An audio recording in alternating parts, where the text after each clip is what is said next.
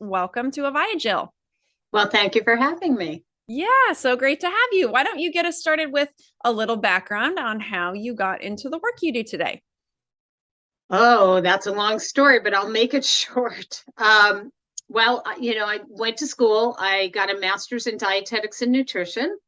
And during that process, I realized that maybe it wasn't the right road for me, but I moved along. I did individual counseling for 10 years.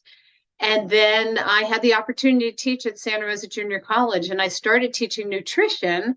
And it was in the same department as culinary. And they asked me, do you want to teach this vegetarian class? And I was like, oh, yes. So that's how I got started teaching cooking. And pretty much I have been doing that my entire career. Um, as well as doing nutrition talks and various other things. But I love the cooking part because I don't actually, when I taught nutrition, my students' eyes would glaze over when I'd start talking about nutrients and how much they needed and so on. So the cooking, it's just an easy road in to say, hey, you can do this. And then I don't really even say anything about like this is really healthy food. Now you could say this is really healthy food, but when I started, if you said the word health, people would automatically think I don't like this before they even tried it. Right. So, Awesome. um, so Yeah. that's how I got doing what I do. Yeah, well, thank you. My background is also in dietetics, and I don't do anything formally with it anymore, but I still have that RD. So it's kind of funny to have both gone in that direction. And absolutely, the things that you can teach people about food via cooking and taste buds sounds like a really fun way to be healthy. So we're talking plant-based eating today. So what is plant-based eating, and how is it different from someone who says, I'm predominantly eating a plant-based diet or I'm eating a vegan diet? Well, I'll start with the vegan diet because that is probably it is sometimes a plant-based diet, but what it can be is that it can be anything that is not animal based. So it could be Oreos, it could be potato chips, it could be, organic Fritos or some crazy thing like that. And the other thing is there's another component to it, which people adopt, which it has to do with animals and often animal welfare, but not always. But, I don't wear leather. I don't, use honey and other things like that.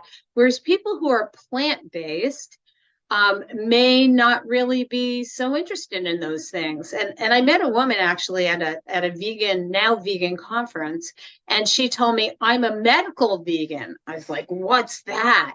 And she said, well, my doctor told me I needed to do this and follow like the Esselstyn diet or something. And she said, but I do it for health reasons. So she didn't really care about honey or wool or silk or any or leather. And so I think things have changed since she told me that because now people are plant based.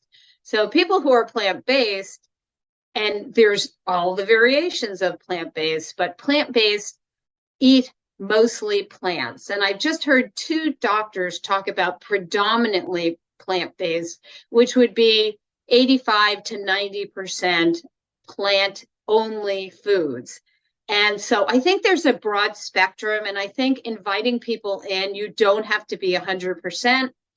Although a lot of people are like, I'm 100% McDougall, I'm 100% Dr. Furman, whatever it is. But I think it all depends upon why are you doing this. So whole food plant-based, I believe, is one of the healthiest ways to eat for anyone.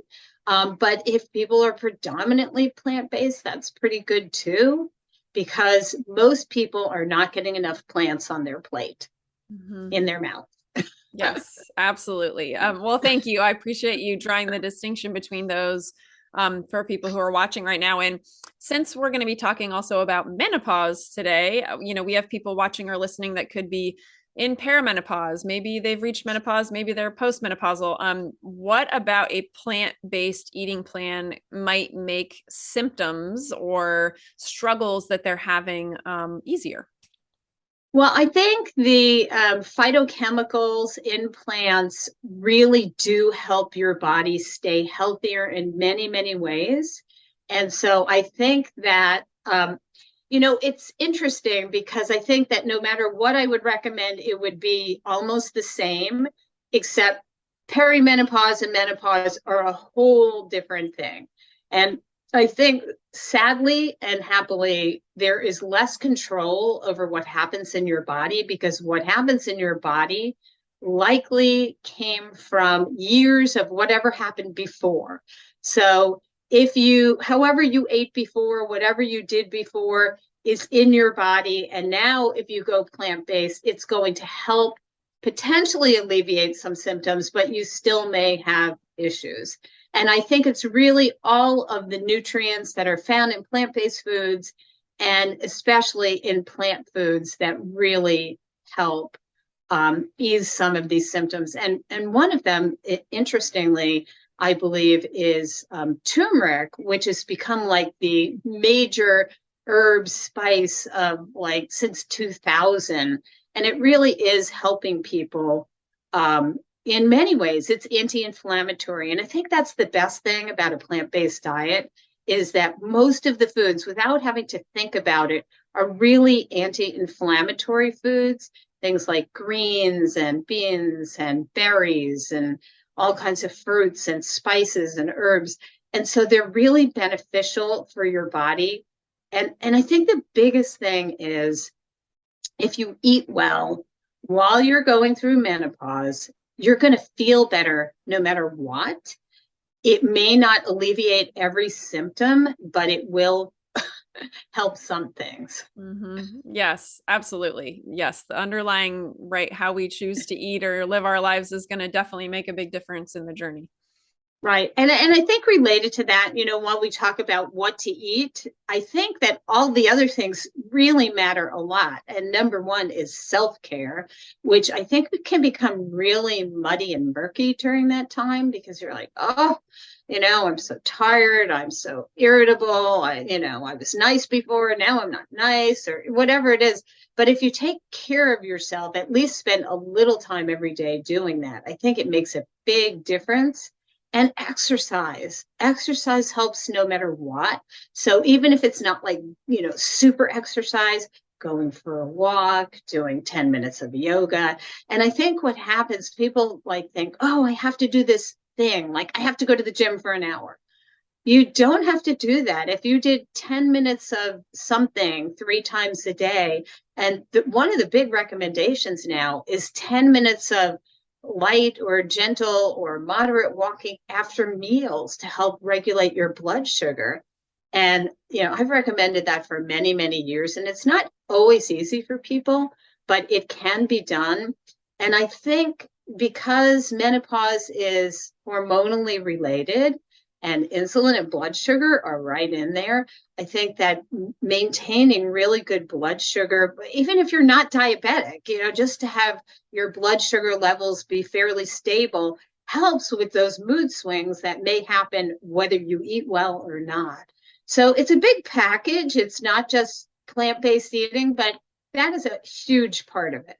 Because if you're going to sit down and you're going to just chug pints of Haagen-Dazs or even the vegan Haagen-Dazs or the plant-based Haagen-Dazs, and there's so many plant-based choices these days that it's easy to get fooled into thinking I'm eating plant-based and be eating plant-based, not such good for you foods.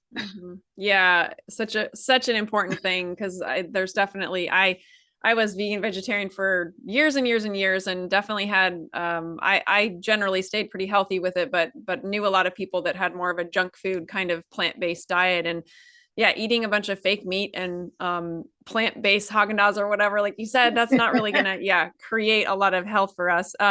So what might be some specific nutrients during this journey through menopause? Like we talked, I guess we really haven't talked about nutrients. We talked about things like turmeric, phytochemicals. Anything else you can talk about there? Absolutely. I think that people really need to pay attention. Like a big thing is Avaya has changed my life. Avaya has made me the woman I am today. Avaya is my home. Avaya is personal freedom. Avaya is the reason my life continuously improves. Let everyone in your life know about Avaya. Everyone needs to know about this amazing company. Thank you, Avaya, for appearing in my inbox. What Ike Allen and Andy Anderson have created at Avaya is what the world needs.